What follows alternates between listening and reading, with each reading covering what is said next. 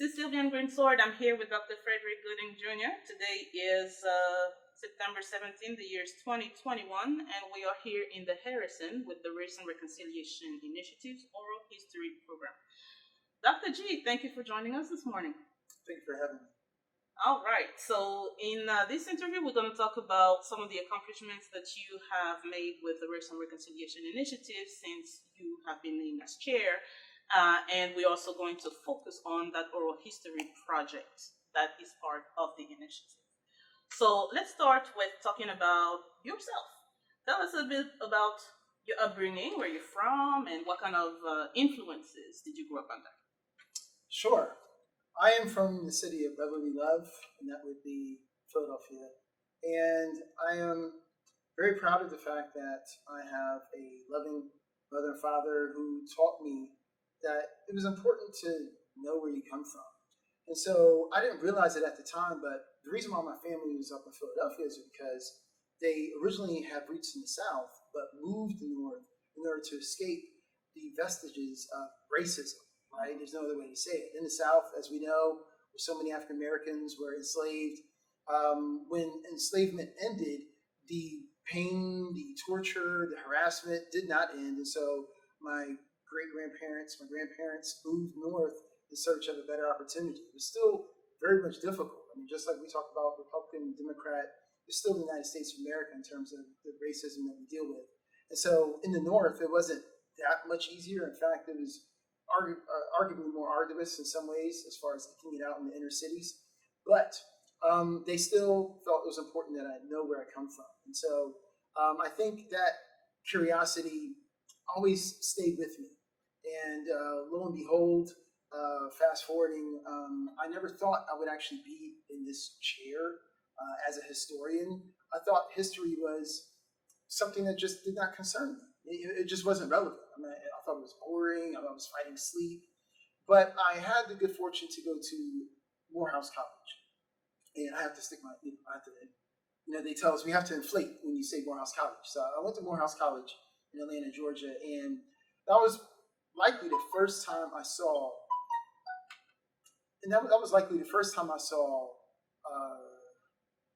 more to the story, right? Because again, even though I'm African American, I'm still limited by what I see on TV or what's available to me at my local library or what is quote unquote taught in schools. Now, obviously, my parents did take it upon themselves to stimulate us with various conversations and trips and whatnot.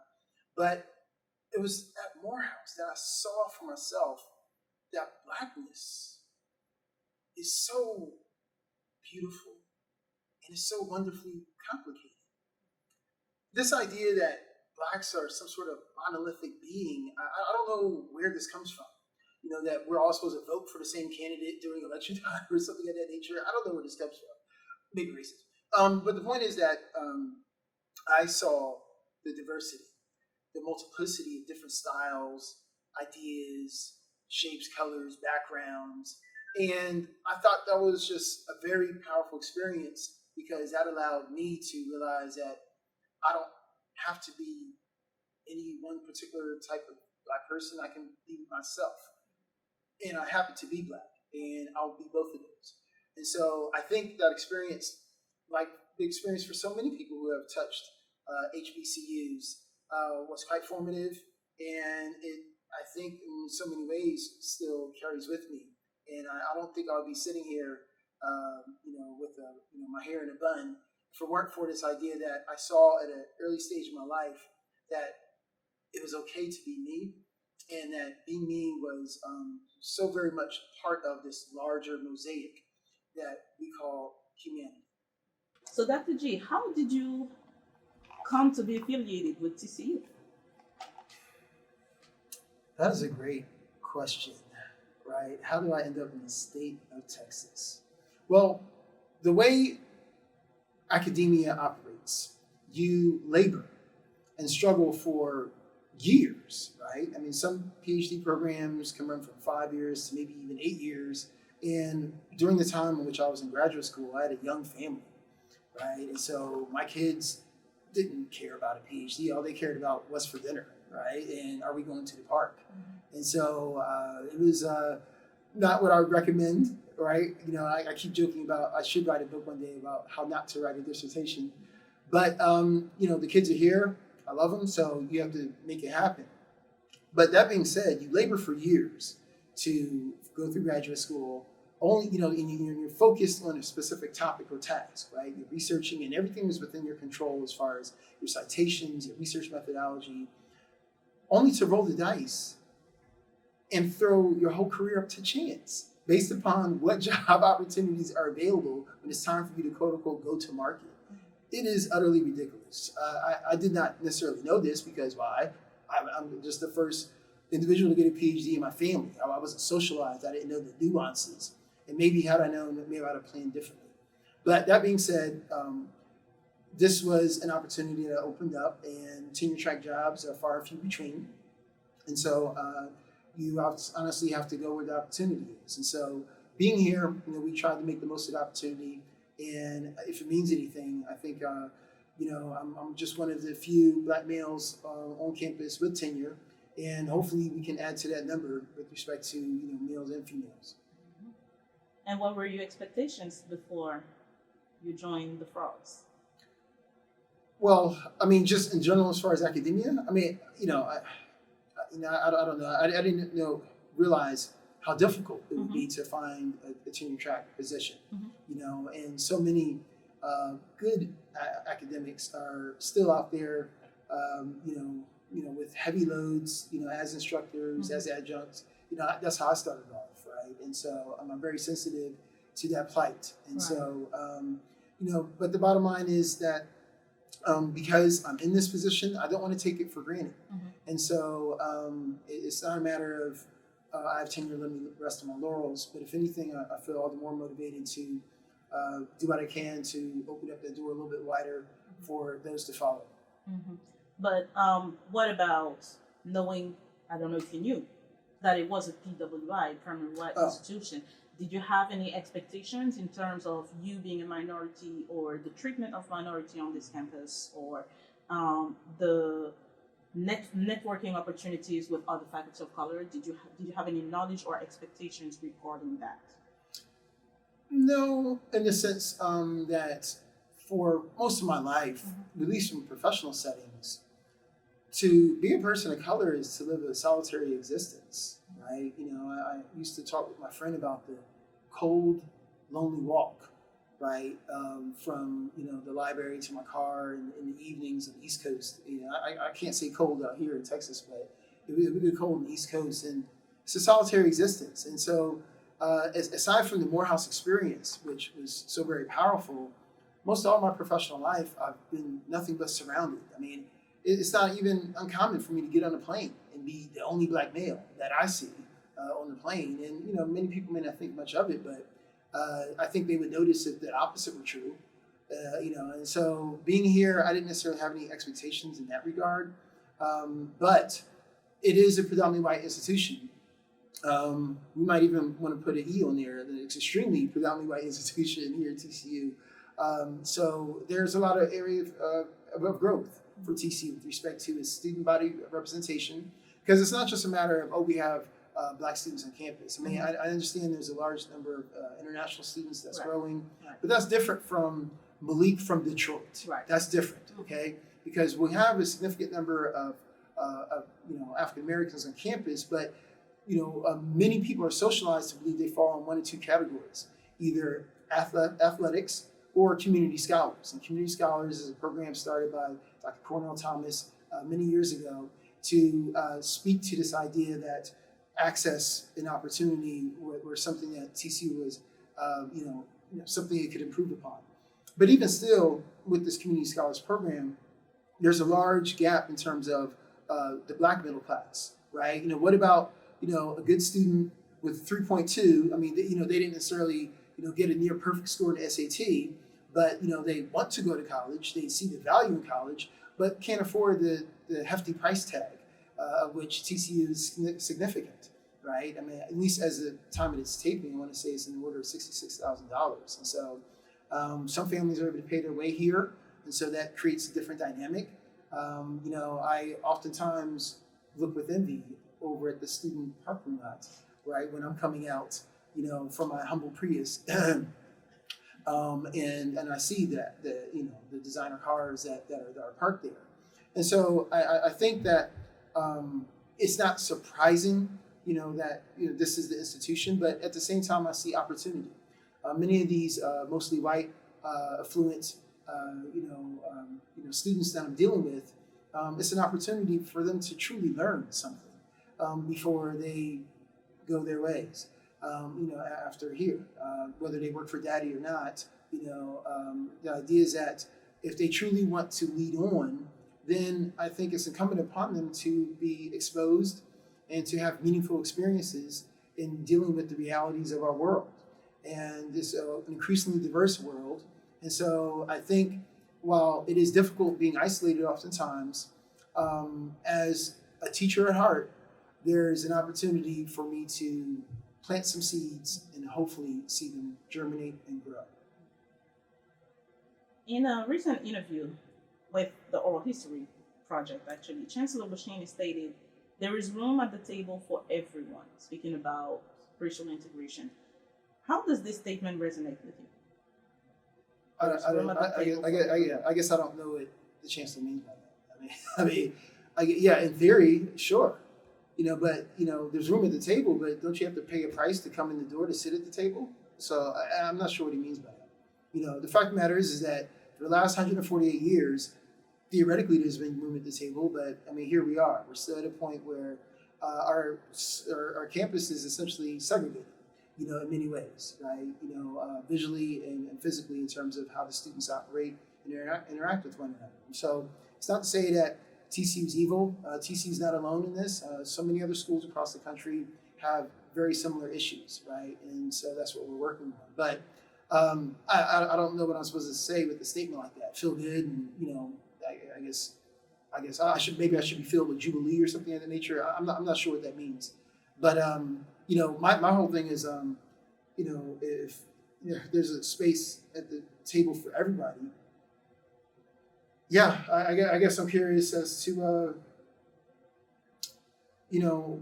are we interested in what it takes for people to even get to the table, right? And I think that, if we're being honest, everyone's experience is not the same. We're not all equal in that regard. And I think the theory is, we all wish it were fair and equal, as do I. But the harsh reality is that it's not. And so I think that's the difference between, understanding equality and equity. How do we truly address or, how do we truly redress or address the differences that make it difficult for all of us to sit at the table and stay at the table. Very good. Now, you've done work with landscape and race. By the way, congratulations for the work you did this summer. What can you tell us about the current state of the campus, racial geography, and the landscape? Sure. So I believe you're referring to, I was fortunate to, I slipped and tripped upon a fellowship at the National Gallery of Art, whereby I was studying Black statues. The premise was, what do they stand, pardon the pun, what do they stand to tell us about race within the Capitol space? Because more than just mere art in a park, I view statues as powerful political portraits that reveal much to us about the value and visibility of African Americans in society, right? There was a lot of talk in the aftermath of the George Floyd murder about taking down Confederate statues. And so it just got me thinking as to, well, what remains, right? And so if you walk around this campus, for example, I just walked through the library on my way over here, there's a bust, I believe I want to say of Plato. So, cool guy. I read about the cave. I thought that was fascinating, and the idea of light and what have you. But is he the only intelligent thinker to ever walk planet Earth? And so there he is in white, right there in the middle. And I have to walk around him. If I were to walk a straight line, I'm going to run into him and injure myself. So I have to literally make way for his presence. So that's fine. But either why not? Well, first of all, how do we settle on him? Oh, is it because he's Greek. And, Western civilization is the hierarchy of all civilizations, and they're, the intelligent civilizations that we should copy and pattern ourselves after. And I'm speaking in shorthand, being a little facetious, but this is essentially what our nation's capital did. If you look at downtown Washington, D.C., the National Mall, most of the buildings in the Federal Triangle and around the mall are what we call the neoclassical architectural style. And neoclassical essentially means we're trying to imitate, the classical style of the Greeks and Romans, because they were the ones who invented civilization as far as I'm concerned. Even though I think over in China or in Asia or something like that, they, were inventing clocks or things of that nature. And over in Africa, they were like, charting the stars and building pyramids. But you know how the story goes, right? And so here we are in Texas, far away from Greece, and we have this bust. Okay. And so if you want to have him, why not? Well, let's have the debate about why him as opposed to anybody else. And then if you're really fixed on him, why not maybe adding to the number? I'm sure there's a number of other great thinkers that we've had around this campus. So there's just something for us to think about. And again, if you walk and patrol our campus, you will find very few images that reflect the diverse student body that TCU claims that it wants. Well, at least it does so when it's recruiting from an admissions standpoint, right? It clearly wants a diverse body because more people applying, is good for everybody. It's good for the brand. But at the same time, if I'm Latinx and I'm walking, across the campus, like, do I see anything that reminds me that I'm welcome? And, right. and there's a space and place for me in terms of this hallowed halls of higher education. So I think, that experience in Washington, D.C., really analyzing and looking at the statutes, because they're very much coded. You may walk by them, but at least the people who created them, they very much were, intentional. About the symbology and, oh, no, this represents Archimedes, and no, this represents... they're very much intentional about what they did in terms of putting on, a display of power, right? If anyone comes to our nation's capital, they should be in awe over what they see. And so the same thing goes with our architecture. I think TCU prides itself on how well it looks and how clean it looks. I think there's a $900,000 gift that is dedicated just for the flowers and the foliage alone, I believe, and not to mention the white gold bricks.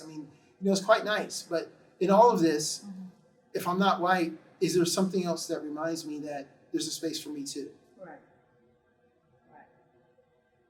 And in the same framework or the same line of thought, if you're looking at the layout of the buildings, the distances, we call this proxemics, right? So the science of how space is organized. How do you think that the geographic landscape affect interracial social encounters on campus? Does it favor those encounters, or does it prevent it, or is it a hindrance? What is your perspective on that? Well, I want to preface my comments by stating that I'm sure the best of intentions wherever I play.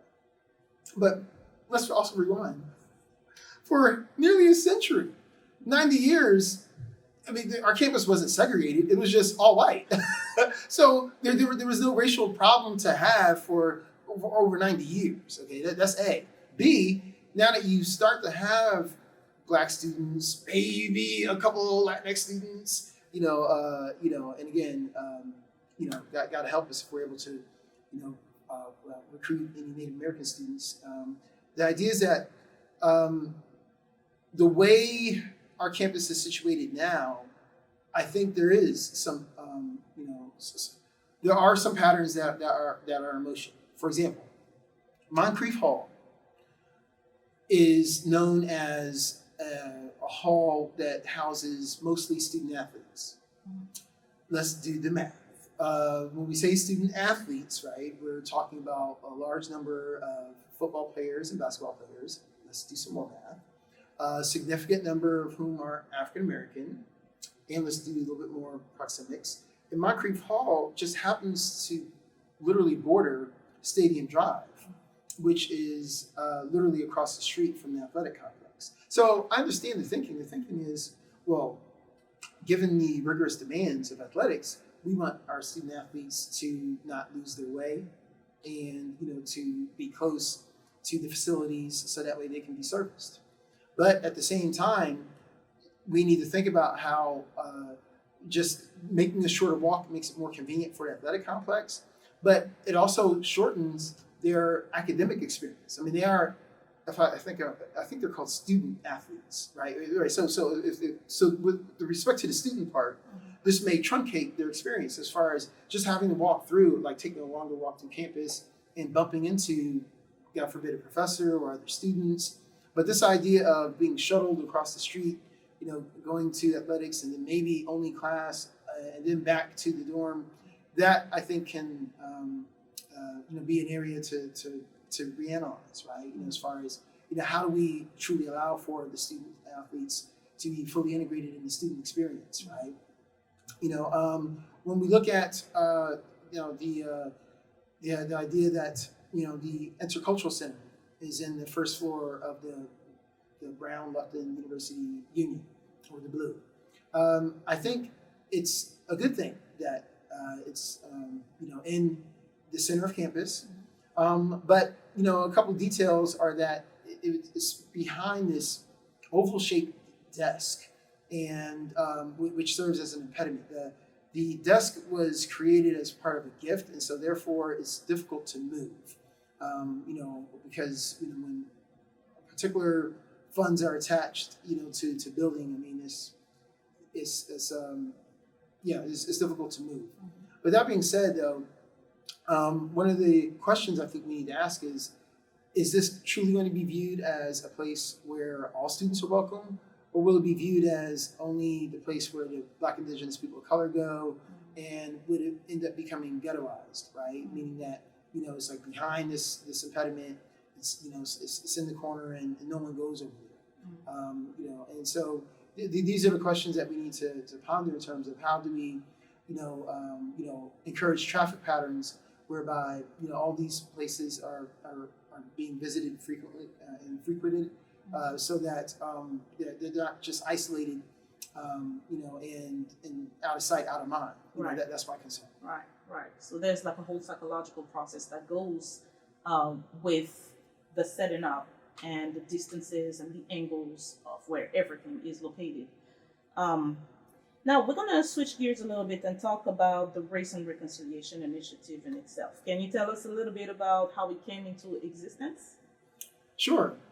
The Race and Reconciliation Initiative came into existence in the aftermath of the Summer of Social Justice, summer of 2020. And so I think many good people on this campus have been doing a lot of good work for a very long time.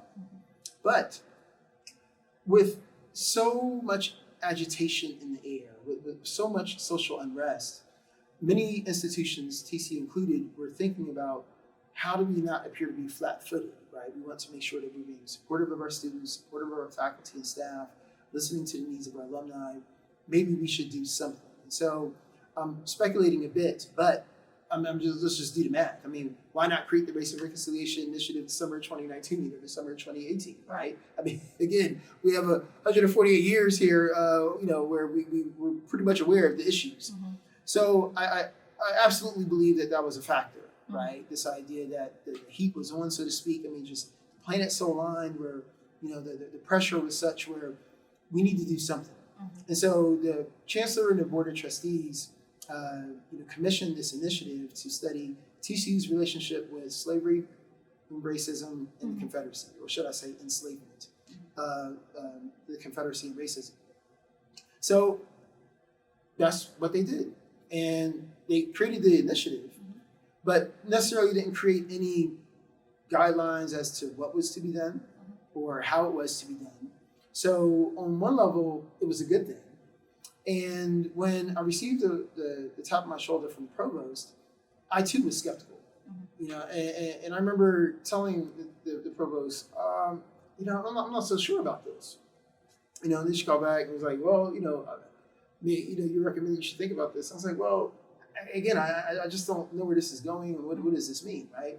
And so after thinking about it, I came to the conclusion that there's really only one way to find out. Right. right? And it's one thing to turn it down and then look and criticize it, depending upon what it does or doesn't do. Mhm. But I figured, well, if I'm a part of it, there's only one way to find out Right. just where this might go. Mhm. So, what did that mean? What that meant was we were very sensitive to this idea that the RI was quote unquote performative, right? Right. It's just another trinket, that TCU totes out in front of the public.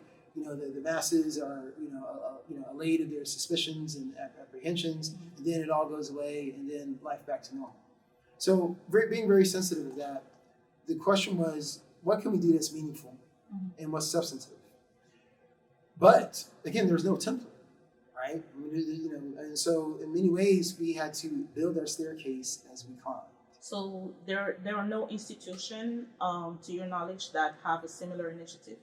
Well, I mean, there are in that there's a university studying slavery consortium, Right. of which we promptly joined, and that was an excellent decision on our part. And so we're talking about a consortium of over 60 schools or so Mhm. that have been taking seriously the task of looking at their full history. But in terms of on our campus, there really was no template as to what our initiative looked like or what it was supposed to do. We had to create a deliverable. I mean, there's no clearly definable task at the beginning as to what it would mean. So that's what I mean. But joining the University Studying Slavery Consortium was definitely beneficial to us. University of Virginia, I think, was one of the first schools to get it started. Mhm. But they're a different animal than Right. we are. Right. Enslaved labor was absolutely used in the building of their campus. Absolutely. And so, they took a good 7 years or so to uncover that history, find those names, and then find out a way to honor that enslaved labor, descendants of whom still live in that Charlottesville area. Right. So, us being TCU, being founded in 1873, after the Civil War, and after the era of enslavement had formally ended, we had to figure out what was going to be best for us. And so we learned very quickly that history could be quite painful, personal, and political. Right. Right? I mean, history means something different to everybody. And so there were many at the outset who felt as if we were not doing enough to tell the full story, and there were those who felt that we were doing too much, right? And so that was something that we had to navigate. Mhm. The immediate flood of questions and what are we doing and how are we doing it, and so we sought very quickly to manage those expectations. Right. And so the long story short, we did come up with a definable deliverable, and that was a first year survey report. The first year survey report was based upon a brainchild I had entitled Operation Triangulation. I knew, well, after talking to the different universities and also just in thinking about our campus and having a number of meetings, it was clear that it was going to be very difficult to provide a comprehensive history spanning 150 years nearly Right. in less than a year with mostly volunteer labor. So for the record, when did the task force officially start? The task force officially began in early August. We had our first meeting in August. And the report was due at what time? We delivered it on April 20th, 2020. And so, again, it was one of these deals where the clock was ticking. At the time, we did not know how long RI would last. And so, based upon the presumption that we only have one academic year, we need to make it count, right? And so, I think the two chief pieces that I was focused on was some sort of deliverable to show that this is not performative. This is a work in motion. It needs to stay in motion, right? The work of reconciliation is ongoing. I mean, what fool amongst us is going to brush their teeth on Tuesday and say, I'm done for the rest of the week? I mean, it's a daily maintenance, right? Well, at least I believe. Yeah, my But- kids know that. Yeah. Kids, I believe. Right? The gospel of the toothbrush, as Booker T. Absolutely. Washington would say. Absolutely. And so, with Operation Triangulation, the idea was to not take on the burden of doing a full 150 years, We have other colleagues who are doing that with the sesquicentennial. Mm-hmm. But rather to pick 3 key windows in time. That's what I call it, 3 windows in time. And by looking at these 3 windows in time, they would give us an approximation so that we could survey the lay of the land, if you will, Right. and get an idea of where we need to go for deeper dives. So the first window was from 1861 to 1891, and that was focused on the founding years. I knew Right. that many people would have questions about, did anyone who founded the university actually own enslaved individuals? Was anyone who founded the university involved with the Confederacy, right? I knew these were questions. And the quick answers to those, by the way, are no and yes. No, in that the founders, Addison Randolph Clark, did not actually, should I restate, there's no evidence Right. that Addison Randolph Clark actually owned individuals. But there is evidence that their father did. So their father is not included as one of the founders? Technically not. I mean, in terms of the folklore, I mean, we look at the statue that we have on campus. It's the 2 brothers that received the credit for being on the ground and actually doing the day-to-day operations. The father was obviously an integral part in terms of his financial support and his guidance, right? But the Clark brothers, I believe, take that moniker as founders, right? And so they also, I guess, earned the distinction of being one of the few co-ed institutions west of the Mississippi, right? That's quite progressive, isn't it? That I mean, I sheepishly say that at that time it was, right? This idea that both women and men, could get an education, right? But at the same time, we see that there is this blind spot, right, in terms of people of color, right? And that barrier wasn't broken for nearly a century later. Mm-hmm. With respect to the Confederacy, we do know that Addison Clark, based upon the prodigious research of my colleagues, Dr. Sylvia and Greensword including, found that Addison Clark absolutely did enroll and enlist in the Confederate Armed Forces. His brother Randolph did not formally enlist, but he did join him later. And in his book Reminiscences, he defends his position by stating that it was just a matter of defending the home territory. If anything, the peer pressure, if you would, from my neighbors was so great that I had to take up arms just to defend, the area. But be it as it may, they were still very much enthusiastic supporters of the Confederacy after the war was over and supported Robert E. Lee. That's, I guess for us to debate about later. But the point is that it helped us clarify what we want to do going forward, because at that time, over the summer of social justice, there was a lot of narrative about we have a Confederate statue on campus, right? That technically is not true. Why not? Well, the reason why is because Confederate statutes were indeed erected all across our country, most of them during the period of 1890 to around 1940 or so, right? And this is part of the lost cause narrative, this idea that, we must revere and remember the South for what they fought for. And United Daughters of Confederacy were key players in this war of ideas, if you would, only because they had access to many classrooms, and they were quite savvy as far as raising funds. And so they are responsible for putting up nearly half of the Confederate monuments in our country. They put up over 400 alone. But many Confederate monuments were explicit. They would have insignia. There would be wording or lettering. Making direct reference to the Confederacy.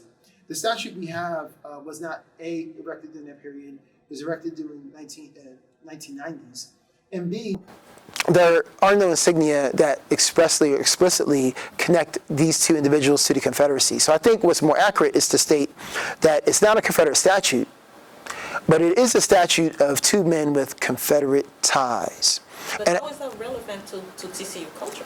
Well, it's relevant in the sense of you have, going back to what I was saying earlier, many political stakes in this, right? Are we a school that's turning a blind eye to, individuals who advocated hurt and harm in our community, right? And look at the city of Richmond, Virginia, for example, city of New Orleans, for example, who have attempted to reconcile with many of these figures who are out prominently. I never would have thought that Monument Avenue in Richmond, Virginia, would only have a statue of a black man remaining, and that would be of Arthur Ashe. And that's the case now, because what we find is that statues are not necessarily set in stone. They are built to last, but if the people who live in the environment and have to walk by it and embrace it, if their ideals are not matching that of the statute or vice versa, then that's when the community is free and able to have a new discussion about, should we alter the statute, now that our ideas have been altered. And so that's where this plays a key role in this conversation on our campus in terms of, are our founders on the wrong side of history? Yes or no? I mean, everyone wants to be affiliated with good, right? Everyone wants to be, on the winning team, so to speak. And so I think that it clarifies the history, but it still, in many ways, opens up the doorways for more honest and vigorous debate about how we should go forward, right? Because when we talk about the other two windows of triangulation, the second being the transition years from 1941 to 1971, and the recent but related histories from 1998 to 2020, what we're looking at is putting out relevant facts on the table so we can have an honest discussion about the whole truth that we wish to tell. And so let me just state this before you ask another question. The travesty is not necessarily that I'm here on TCU's campus, there's a statue to these two people that have this history that I disagree with. I don't think that's the travesty. I think because, there's a lot of things in the world I disagree with. Justin Bieber being one of them. I'm sorry, but the point is this. If someone comes on campus for the very first time, they take a tour, and they walk by the statue, and someone says, "Oh, here's the statue of our founders, 1873, blah blah blah. Isn't it pretty? It's a nice day outside. Look at the trees. Oh, okay, and our library's over there." And then someone says, "Oh, I think I like this place. This purple thing is kind of cool." They register, they enroll, they pay all this money, they come down here, and then because for some of us, history affects us differently. So for some of us, if the idea that taking up arms and fighting for the right to enslave and imprison another human being and treat them like an object that can satisfy your sexual desires at any hour of the night, an object that can labor from can't see in the morning to can't see at night, an object that can, almost like, if you think about it, the enslaved black Negroes were like the modern day robots. They looked like they were human, they spoke like they were human, but they weren't quite human for whatever reason. I think it was like the size of their brains. The eugenicists at the time had all these theories. Or in some religious people as well, like the curse mark that Ham and But the point of the matter is that if these objects were mistreated and sold, if someone fought for the right to treat people right, isn't this irony? Like I'm fighting for my freedom to enslave others because I'm just a business person, right? And that's the most efficient way for me to make money is by having these people work for me, right? So the fact that I wanted that, and that, I don't know if you've seen Gone with the Wind, but that's what the title actually refers to. A land of Cavaliers fair, right? These were the good old days, right? These were the good old days. We had it made in the shade. This is great. What's the problem? So if someone takes umbrage with this position, right? Because I don't know, maybe they just believe in humanity. Maybe they just feel sorrow or sympathy for the people who are treated like objects. Or maybe they were related, right? Maybe they were related. right? And I guess I can count myself among this number. I mean, I am a living descendant of the Holocaust of enslavement. I'm a living descendant. Right? My great-grandparents were enslaved in this country. Right? I'm a living descendant. Right? I'm a living reminder that this was not a game. So if you're related to it, connected to it, and if you're bothered by it, I can see where you walk by the statue and you realize that these men fought for the Confederacy, how there might be some cognitive dissonance. Right. You might feel, as they say, some type of way. So rather than be surprised on the back end, like, oh, I've been hornswoggled again. My whole thing is, when you're taking that tour and you're talking about how nice the trees are and there's a library, why not tell the truth? I mean, if it's true, what do we have to hide? So you say, well, here's the statue. Listen, I mean, I'm not proud of it, but the facts are they did enlist, they fought for the Confederacy. But as we know, history is complicated. They were forward-thinking and fostering a co-ed institution. Many of us wouldn't be here weren't for their inclination to want to teach people in general. I mean, that was in their spirit. It shouldn't just be the province of the upper class, although our tuition might have something else to say about that. I think if you tell that story in the front end, and I go home and I reflect, and I say, you know what, that part I don't like, but the purple thing is still kind of cool. I'm still going to apply. Right. No pasa nada. Right. It's a different conversation. Right. It's something different altogether. So my whole thing is, we tell the truth from the very get-go and tell the whole truth. Right. Honesty is the best policy. At least that's what they told me back in third grade. Yeah. And all of a sudden, when we're adults, now all of a sudden we need to whisper and walk around and hunch shoulders and hollow tones. I'm a little confused. I just don't know why we can't be a bit more consistent. Right. And being pro TCU doesn't necessarily mean having to bury your head in the sand and deny the truth.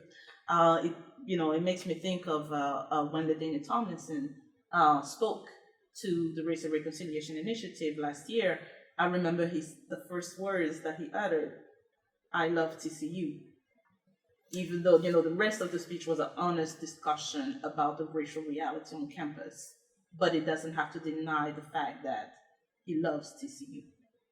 No, I think it's an excellent point. And I'll even go on further and say that he shouldn't necessarily even have to say that at the very beginning. I mean, if anything, people should continue to love LaDainian Tomlinson for what he did for TCU, right? In terms of elevating their stature and profile. I mean, it's not incumbent upon him to tell people that he loves TCU. It's incumbent upon them to still honor him because he sacrificed his body in many ways that we may not be able to fully understand. And so again, I mean, I just don't understand why it has to be an either-or proposition. Maybe, as I mentioned earlier, I am a parent, and I love my children like nobody's business. I do. No, and listen, and again, if my kids are watching, no, seriously, I will take a bullet today without hesitation. If it's time for me to go, it's time for me to go because my children must stay. That's how much I love my children. It's a simple thing, but I love my children. That doesn't mean I'm not critical. Right. Yo, son, what are you doing? You're my daughter. You need to this, that. I mean, right? Because I love them, I have something to say. Right. So this idea that, I love TCU, but I have to keep quiet, I don't understand where this comes from. So my whole thing is this. I'm actually a reformist. Some people who are actually no longer with us on campus, believe that we should blow up the whole shit. Like, TCU is foul, TCU is racist. It might be true, and I understand where they might be coming from. But I'm not interested in blowing up the ship because I'm on it. Right. So I'm interested in steering our ship in a new direction. Can we plot a course? Can we get the coordinates right? I mean, that's my point. So I'm not down on TCU. I'm not trying to tear apart TCU. If anything, the question is, how can we influence the future so that TCU can truly improve? So in the same line of thought, what are some of your proudest accomplishments with the RI so far? Well, okay, thank you. I'm asking my professor, right? Okay, I'll lose my points. So the idea is that we talked about Operation Triangulation and wanting to produce that deliverable of a report. Right. But in answer to your question, I also was like, because I didn't get this brainchild until about October or so. Mm-hmm. Because it was early on. I said to myself, if we do this report, what's the point if it collects dust? It's just an email, PDF link, no one clicks on it. That is performative. Right. So I resolved very early on that I didn't want to be the bride who threw the bouquet and there's nobody behind me. I didn't want to be that individual. Mm-hmm. I'm married, by the way. I'm not a bride anymore. 24 years. All right, but anyway, the point is that, so in order for there to be an audience for the bouquet, we had to create community, right? We had to create community. And so that, I believe, is one of the pieces I'm most proud of. This idea that a year later, we can look back and I believe my colleague counted up, I didn't realize how many events there were, but all we wanted to do, especially in the COVID times as well, right? Let's not forget that detail. We wanted to create many access points so that people could join in on the conversation about reconciliation. This is not just for Black, Indigenous, and people of color. It's for anyone who dares to wear the purple, right? And so we resolved to create community through various town halls, right? We had numerous town halls. We had then specialized webinars where we had a chance to learn about Charlie Thorpe and others, from our historical past. We also had Running the Race, which was when we actually met with students, social distance, of course, on campus, just to talk about race and whether they talk about it in their classrooms or not. We made numerous classroom visits. Mm-hmm. We even created a podcast. I and the Mellifluous, the Marvelous, the Magnificent, Mr. Marcellus Perkins created a podcast entitled Reconcile This, right? So that we can reach additional audiences. And Mr. Perkins would be proud to tell you that without any advertising, we had over 1,800 listens within a 4-month span because we started in January. And this was just like local listeners? Oh, no. I mean, the way he tells it, it was like 8 international countries as well, right? From Iran to Mexico to Iceland. I'm like, who's in Iceland? Checking this out. So, but the bottom line is we wanted to create numerous contact points to create community. And then finally, I had the brainchild of us sharing the report publicly, right, to be fully transparent, on a day we now know as Reconciliation Day. And that was the 21st of April, 2021. It was a beautiful day. I mean, I think in all honesty, it really was a good day. It really was a good day. The weather was nice, and we had so many aspects of our community come out, to receive the bouquet that was thrown, right? We created the report, of which I'm also proud of, in terms of doing what within our expectations, what we said we were going to deliver, an overview, so that way we can get our appetites wet and figure out where we're going to go, in the upcoming years. And I think as a result of that, that's what gave the provost and others confidence to say we're going to commit to a 5-year plan, right? So now we're in year 2 of a 5-year plan. And in year 2, we're going to look at that first window and open it more horizontally. The first year we focused on African Americans because how can you talk about enslavement, the Confederacy, and racism without talking about African Americans? Exactly. I don't know. You got to email me the answer to that. But the point is that there was still some consternation over this idea that we were being exclusive. My response was, listen, we're all trying to get in the room, but can we all walk through the door at the same time? I mean, one of us has to walk through first. African Americans walk through first. And so now, we need to get everybody in the room. So we want to open up the room, the window horizontally, because how can we be in the state of Tejas and not talk about our Latinx experience and our Native American brothers and sisters who are here first, right? But in answer to your question, I think creating community was what I think we absolutely feel good about. And the turnout exceeded my expectations. We had the Dean of Students come out and speak. We had the Athletic Director come out and speak. Dean of Admissions come out and speak. Provost, Chancellor, and dare I say, the motherfucking chair of the board came out to speak right? And so it's not about me. It's not about Team RI. Now it's about, I mean, this is what you said, right? I mean, you have some sort of position on campus. You have some sort of visibility. You have a responsibility to your student body, right? And the campus community at large, right? So it's time to continue showing up and delivering, right? I mean, that's all we're asking, to continue being consistent, right? Because it's nice to send out a memo, in August, but, what's going on? I mean, again, don't talk to me about Juneteenth. Talk to me about August 10th, September 10th, November 10th, right? I want to be consistent throughout the year. How many people are on campus in June anyway? Hello.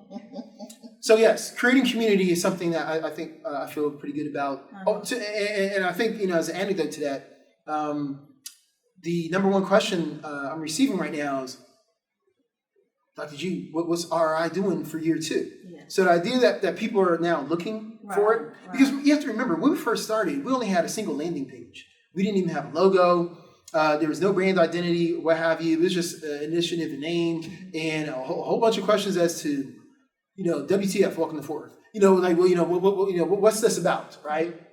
And lo and behold, after continuing to chop that wood and just being consistent and creating community, we're a fully fleshed out web page, website, if you would, multiple pages, YouTube channel. I mean, social media.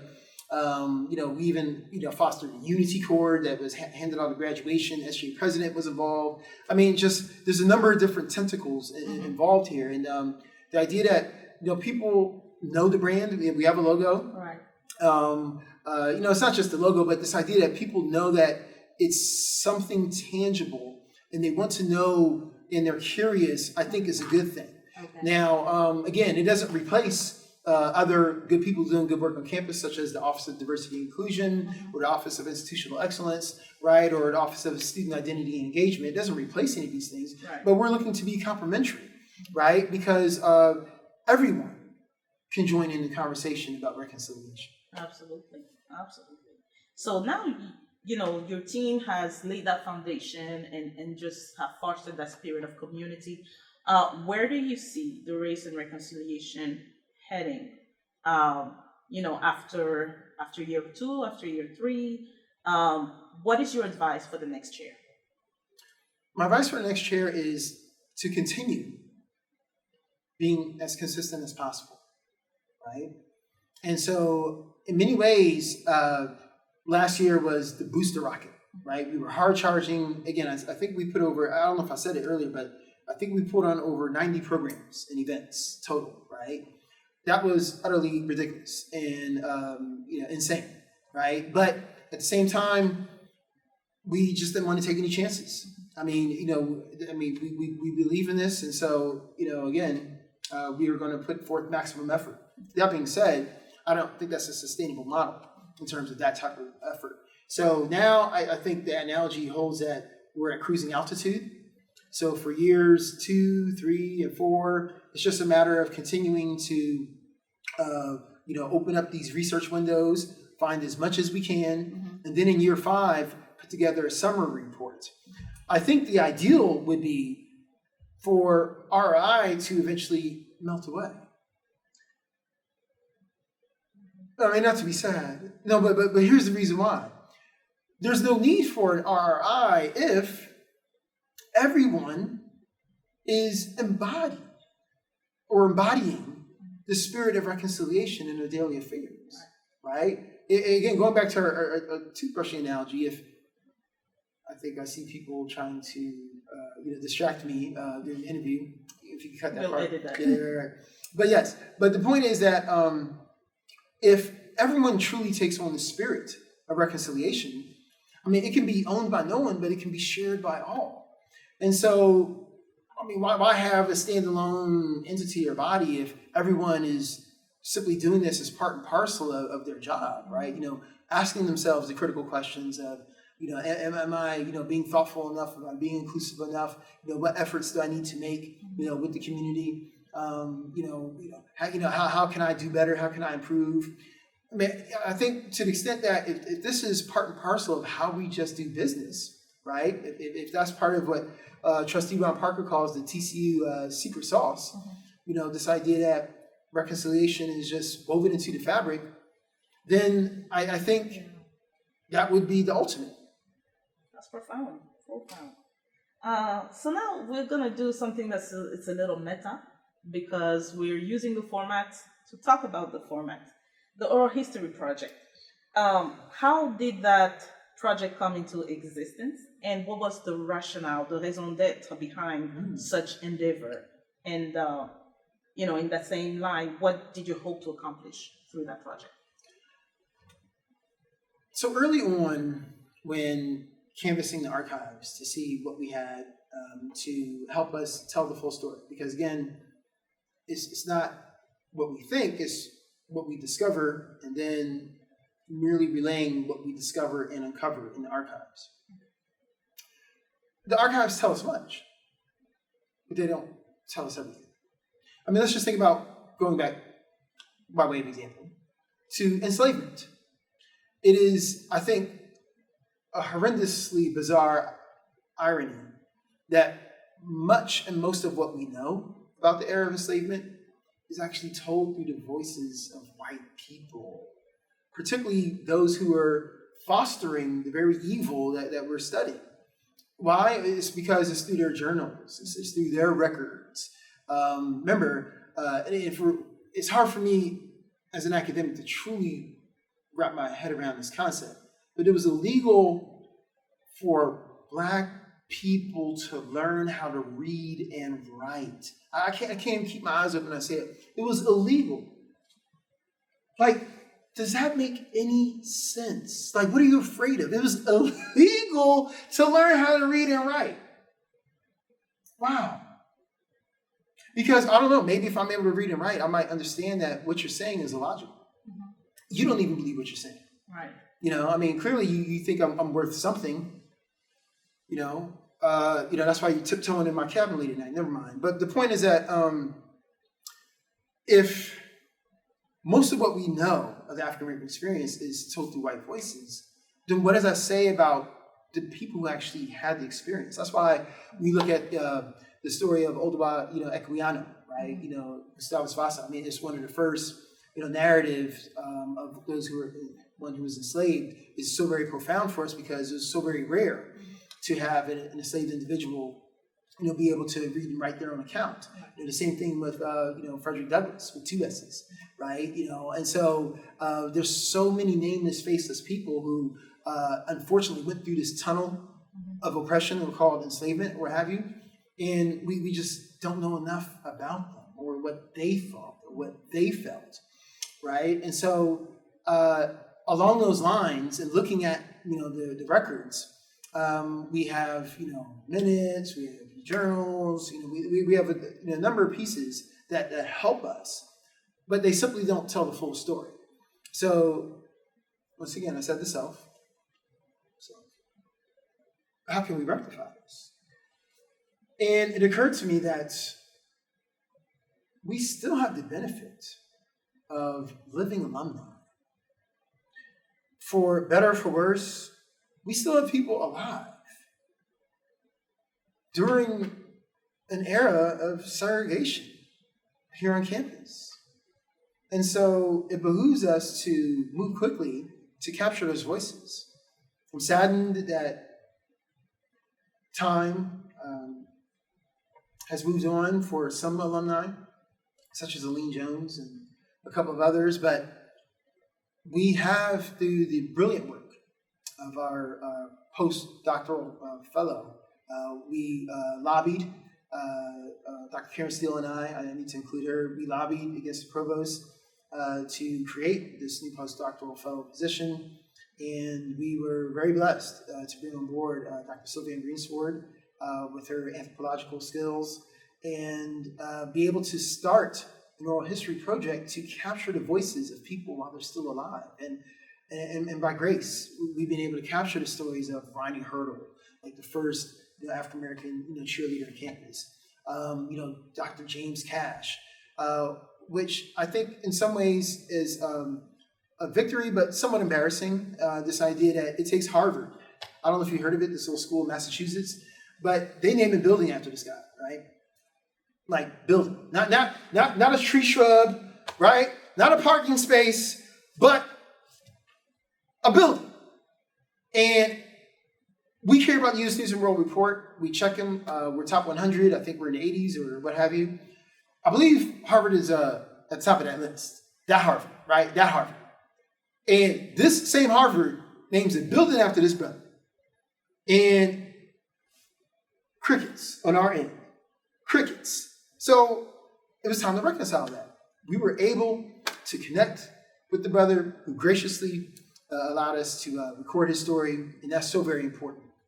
So very important. And he gave us the names of so many other individuals, and so that's so very important. And how can I forget being able to capture the story of Jennifer Giddings Brooks, right? Dr. Brooks has the distinction of being the first elected homecoming queen back in 1971. And as a result of capturing her story and her coming back to campus, right? Because for some who won't be named right now, who we've interviewed, the pain is so great of that isolation where it's like, you know what, I'm not stepping foot back on that campus. Right. You know, when I see purple, I see pain. And that's saddening, that's sickening. And what can we do to reconcile that? In this case with Dr. Brooks, she not only came back on campus, but brought with her artifacts. She brought pictures. And with those pictures, that sparked the conversation. And then because I have colleagues who hold my feet to the fire to make sure I'm not being performative, it made me take action. And long story short, I'm proud to state that at the 50th anniversary of that event of her being elected in 2021, this year's homecoming, she will be honored with her very own portrait in the D.J. Kelly Alumni Center. And I think this goes to show how, in such a short period of time, how, again, we didn't revolutionize the campus, but change is indeed possible. In addition to the portrait, which builds upon the portrait project that was started by other colleagues in terms of trying to rectify the imbalance, this is, I guess in concert with that, we also are proud to state that there will be a statue of a Black man on this campus. And that statue is none other than Dr. James Cash. And so that is also something that we're proud of. In addition, when you talk about changes, we're working with the admissions office to look at how we can be more accurate and upfront and honest, in the tours, when the ambassadors undergo their training. So that's tangible change. The commencement program has been modified. Now, again, this is serious business. You're talking about thousands of alumni are coming back and parents are coming back, and people keep these, commencement books. It has your name in it, your major graduate school, your college, you graduated. So typically there was like a page explaining, the history of the Clark brothers. And now opposite that page, we have a whole page that helps us flesh out the full story. Again, not anti-TCU, but this idea that here's the full story, right? And so they'll let it be known for the record. So, that's a material change. Not to mention, when you look at, there's a mural right behind the Clark brothers statue, which was done by the phenomenal work of Professor Dan Gian and her students, showing the collaborative process of students working with faculty to add color to our canvas plane. So, I think in so many ways that, there are ways in which we're looking to alter our trajectory of this big ship by degrees. Mm-hmm. Because I tell people all the time, progress is a process, right? You don't make a hard right turn in an ocean liner ship, but you might in my little Prius. So we're going to talk about some of those alumni that you mentioned. Can you talk about your meeting with Dr. Cash this past May? I don't know if the camera is probably chest up, but they can't see how I'm still slightly levitating off my chair. I'm still buzzing there. No, because think about it. Why do people go to concerts? They want the energy of another human being who is extraordinary. Mm-hmm. Now, again, it's not to say that musicians are perfect, but there's something that they're doing right, and you just want to part that energy. And so, again, for all I know, I mean, I think his wife might know of a flaw or two or something of that nature, and we had the good fortune to dine with her as well. But what a powerful individual! What a powerful individual, right? I mean, wow.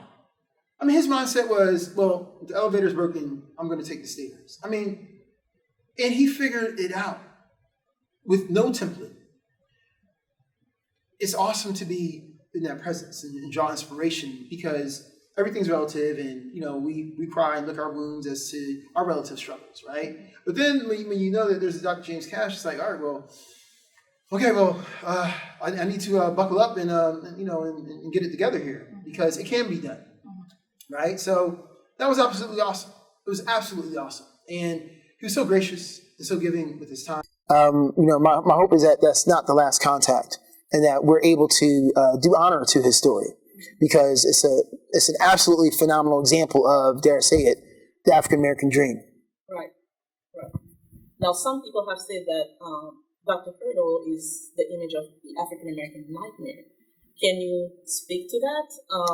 Why was his story so crucial to understanding the Black experience at TCU in the 60s and 70s? Well, I mean, I think that when it comes to change, I try to explain to my students all the time. It's not a light switch, right? And the way they talk about the history, I mean, you would think that on Tuesday there was enslavement, on Wednesday, it wasn't the Emancipation Proclamation, it was the passage of the 13th Amendment in December 1865, for those keeping score at home, that officially, so okay, Tuesday enslavement, Wednesday 13th Amendment ratified, Thursday, what are we doing? Walking hand in hand down the streets, singing Kumbaya? I don't think so.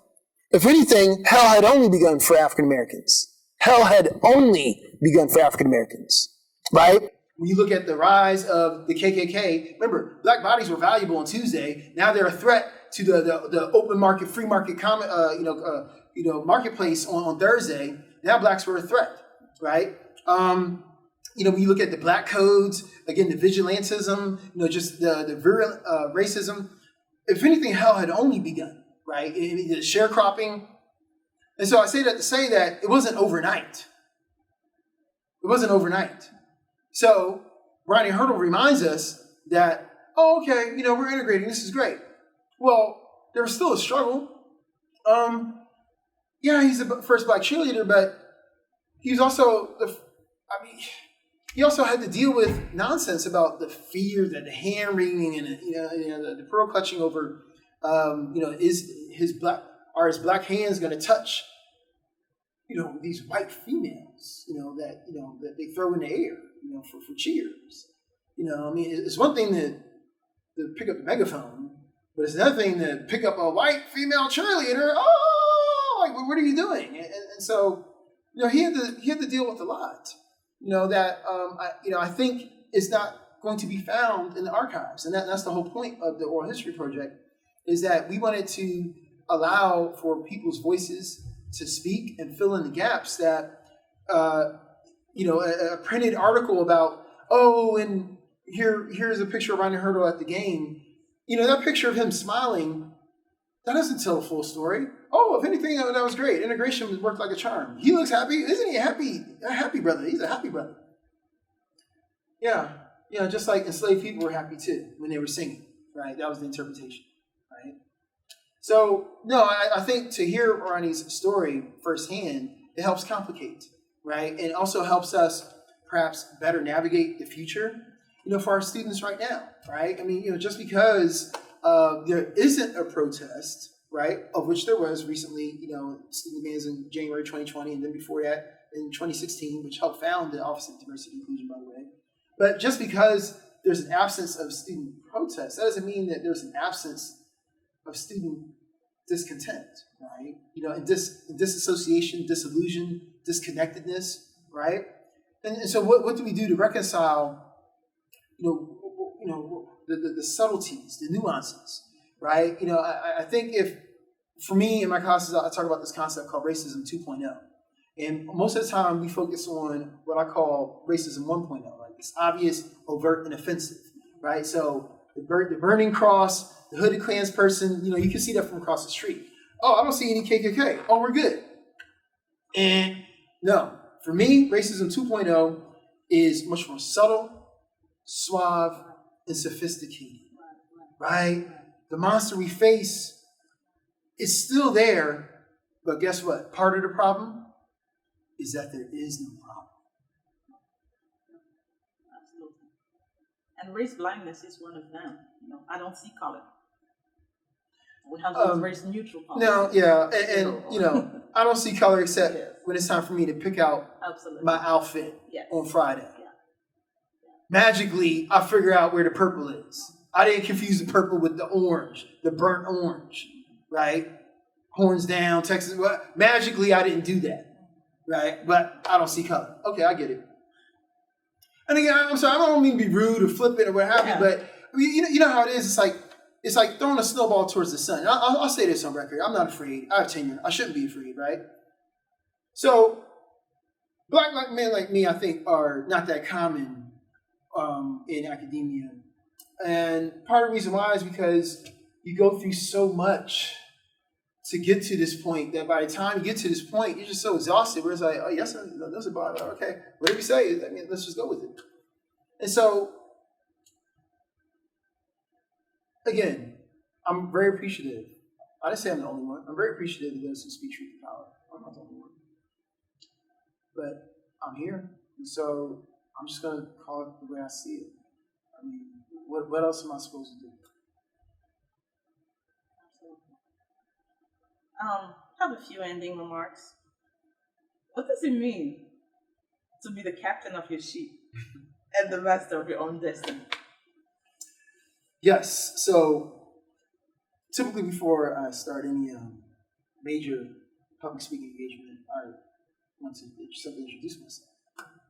And so I tell people, my name is Dr. Frederick Gooding Jr., a.k.a. Dr. G. I am the captain of my ship and the master of my destiny, author of my script, father of my family, PhD, history, Georgetown University. It essentially means what maybe I was just speaking to, this idea that I'm very blessed to be in this position, right? I mean, who else gets their summers off? So they can do more work? That's true. Yeah. No, I tell people, even when I'm sitting there watching TV, I'm working. You know what I'm saying? No, I am. I'm analyzing. I'm working. But, no, I'm very blessed, right? So I don't want anyone feeling sorry for me. It's not a matter of, oh, James, there's no ice on the yacht. What a travesty. No, this is not that story. But at the same time, I am captain of my ship. I mean, what am I supposed to do? I spend years studying the pain of my people only to obtain a position of prominence and potential influence and be quiet. Now I'm supposed to be quiet, get along, go along, and because I don't want to offend anybody. And again, I'm not going out of my way to be rude. But again, if it's true, then what's the problem? What's the problem?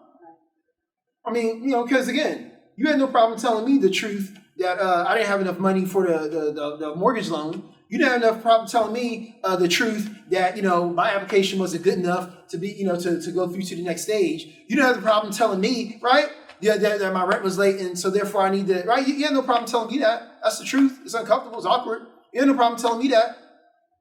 Now all of a sudden I'm supposed to feel sheepish. So you offend me. No. How about this? When I think about the history, I am offended. But when I simply articulate how the history is offensive, I'm now offending the offender. Like, okay. Now it's my fault. No, it wasn't my fault. I didn't create the history. I didn't create the embarrassing dark chapters of our American past, right? I'm not here to condemn.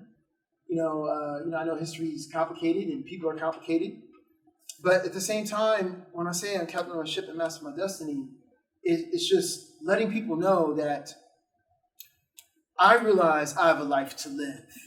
No one's getting in the casket with me. Plain and simple. No one's staying up late at night thinking about how my kids are going to eat. It's just that simple. No one's getting in the casket with me. What am I supposed to do? Walk the earth, scared of my own shadow? I mean, come on. I mean, it's a very simple situation. The sun shines. The black man has gone through a whole lot. The black woman has gone through even more. So many of my people of color on this planet have been oppressed and have suffered. It's wrong. Let's fix it. Let's talk about it. Are you really about the human race? Are you really about what's good? Let's talk about it. Let's fix it. It's just that simple. I mean, I don't know what else to do. I just really don't know what else to do. So when I tell people that, I'm signaling to them that I'm not afraid. I'm willing. We don't have to fight about it, but let's get right about it. So what would be your advice for those who want to be architects of reconciliation? It's never too late. It's never too late. There's so many good people in the world, but they're limited by what I call the 3 E's. They're limited by experience, exposure, and education. So just like I was unable to put in a construction bid on the hospital I was born in, couldn't do it. It was already built. It was already in motion, right? The bottom line is that this game has been in operation for a very long time. You know, I tell my students all the time, I didn't invent it, neither did you. But at the same time, we're in it. You can't jump in the pool and I claim to be wet. We're in it. Okay, we're in it. We're all connected to history. We're all connected to one another. Let's acknowledge our connections. How can we say we're ready to lead on if we don't know the issues? So we need to confront the 3 E's. We need more meaningful experiences. We need to continue to be committed to exposing ourselves. I mean, and what better place than a university? I tell my students all the time, why not attend an affinity group organization? You don't have to, sign an oath in blood and, dues for life. No one said that. But at least to expose yourself, right? And I tell my BIPOC, Black Indigenous People of Color, why not go to the SGA? Well, who said it's not for you? Find out what's going on in the parliamentary procedure. It might be a little dry, but figure out what's going on and just expose yourself, right? So experience, exposure, and education in our classrooms, right? This goes to all my faculty who are listening, right? You're so smart. You got the PhD. You're so smart. But you can't figure out a way to inject a little truth and diversity in your work, in your classroom. You can't figure that out. You're so smart. But yet you're so clueless. No, let's figure this out. We can do it together. And I'm willing to help. And so the question is, it's not a matter of how we do it, but, answering the why. Why do we want to do this? If we decide that it's in our best interest to come together so we can move forward together, that's the key ingredient for me for us being able to facilitate reconciliation for the long term. We have to want it. Because the last thing I'll say is that in my experience, limited perhaps, isn't it amazing how people often magically figure out a way to do what they want? When there's need. I want reconciliation. Well, you've heard the man. Dr. Frederick Gooding Jr., thank you so much for joining the Race and Reconciliation Initiative's Whole History Project. We appreciate your words of wisdom and this wonderful testimony.